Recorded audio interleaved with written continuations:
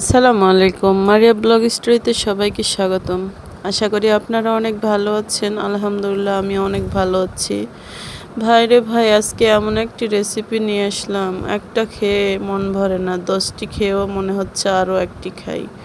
এই যে রেসিপিটি বানানোর জন্য দিয়ে দিলাম 1 কাপ ময়দা। এখন দিয়ে দিব হাফ কাপ চিনি। এখন দিয়ে দিব স্বাদ মতো লবণ। বন্ধুরা, একটি লাইক দিতে ভুলবেন না এবং ভিডিওটি ফুল ওয়াচ করে দেখবেন। এখন দিয়ে দিব বেকিং পাউডার। সবগুলো উপকরণ সুন্দর করে মিক্সড করে নিব। বন্ধুরা, দেশ এবং দেশের বাইরে থেকে কে কোথা থেকে যুক্ত হয়েছেন অবশ্যই ভিডিওটি ফুল ওয়াচ করে দেখবেন। বন্ধুরা, ভিডিও দেখেন কিন্তু কমেন্টে একটি মন্তব্য রাখতে চান না। প্লিজ মন্তব্যটি রাখবেন। কমেন্ট না করলে আমি জানবো কী করে আপনারা কোথা থেকে দেখছেন এবং আমার পিঠাটি ভালো লাগলো কি লাগলো না। অবশ্যই ভিডিওতে একটি কমেন্ট রেখে যাবেন। এই যে দিয়ে দিলাম একটি ডিমটি দিয়ে সুন্দর করে অল্প অল্প করে পানি দিয়ে আমি একটি সুন্দর ব্যাটার তৈরি করে নিব। বন্ধুরা, এভাবে অল্প অল্প করে পানি দিয়ে সুন্দর একটি ব্যাটার তৈরি করে নিব। অবশ্যই ভিডিওটি ভালো লাগলে লাইক কমেন্ট শেয়ার করতে ভুলবেন না। আর এই পিঠাটি খেতে এতটাই মজার লাগে যা বলে বোঝাতে পারবো না। যারা পিঠা প্রেমিক বন্ধুরা আছেন অবশ্যই আমার চ্যানেলে নিত্য নতুন অনেক পিঠার রেসিপি দেওয়া আছে, অবশ্যই বাসায় বানিয়ে খেতে পারেন এবং আত্মীয় স্বজন বন্ধুদের শেয়ার করে দেখার মতো সুযোগ করে দিবেন। এই যে খুব সুন্দর একটি ব্যাটার বানিয়ে নিয়েছি।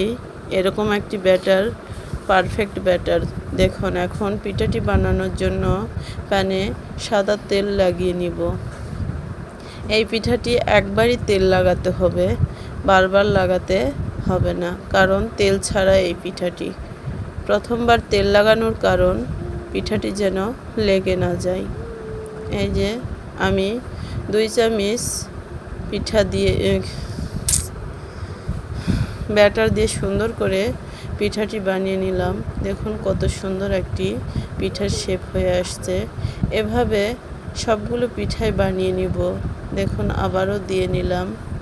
ব্যাটারটি দিয়ে একটু ঘুরিয়ে ফিরিয়ে সুন্দর করে আমি পিঠার শেপ দিয়ে নিব। বন্ধুরা, আপনারা যদি চান এটা তেল দিয়ে ভেজে নিব, তেল দিয়েও খেতে দুর্দান্ত মজার লেগে থাকে। অবশ্যই আপনারা এই পিঠাটি বাসায় ট্রাই করবেন এবং কমেন্টে মন্তব্য রাখতে ভুলবেন না। পিঠাটি আপনারা গরুর গোশতের ঝোল এবং হাঁসের গোশতের ঝোল, যে কোনো গোশতের ঝোল দিয়ে বা টমেটো সস দিয়েও খেতে খুব মজা লাগে। আমি তো এই পিঠাটি টমেটো সস দিয়েই খেয়েছি, খেতে খুবই অসাধারণ ছিল।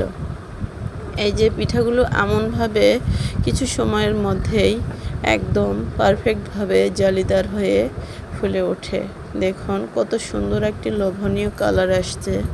এভাবে সবগুলো পিঠা আমি ভেজে নিয়েছি। দেখুন, এই পিঠাটি যে পিঠে খেতে ভালোবাসে না তারাও একটি খেলে আরও 2টি খেতে চাবে। বন্ধুরা, এভাবেই সবগুলো পিঠে আমি ভেজে নেব। যারা পিঠে বানাতে পারেন না অবশ্যই আমার চ্যানেলটি সাবস্ক্রাইব করে রাখবেন এবং নিত্য নতুন রেসিপি দেখে বাসার সকলকে পিঠে বানিয়ে চমকে দিবেন।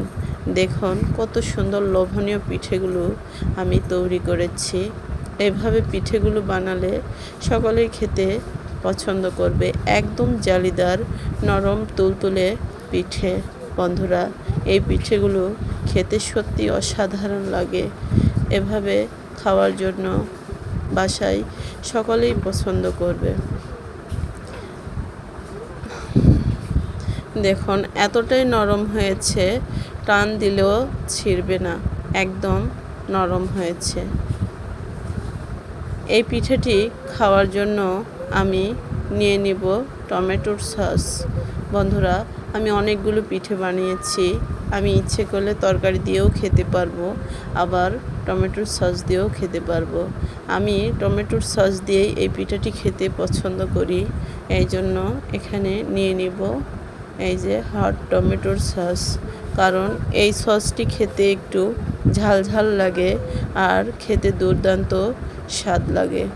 এই যে এখন একটি পিঠা নিয়ে নিলাম, পিঠাটি দিয়ে এখন খেয়ে দেখব কেমন হয়েছে। এতটাই লোভনীয় হয়েছে যা বলে বোঝাতে পারবো না।